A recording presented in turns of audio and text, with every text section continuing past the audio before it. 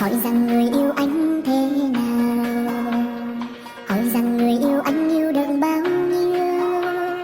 Người chẳng hề suy nghĩ nói rằng em sẽ yêu suốt đời, cho dù dòng tố không đổi rời. Hỏi rằng ngày mai nếu không anh, hỏi rằng ngày mai đây em sẽ ra sao. Vậy mà người vẫn không ôm chặt anh, xin anh vào lòng, muôn đời em chẳng thể nào thiếu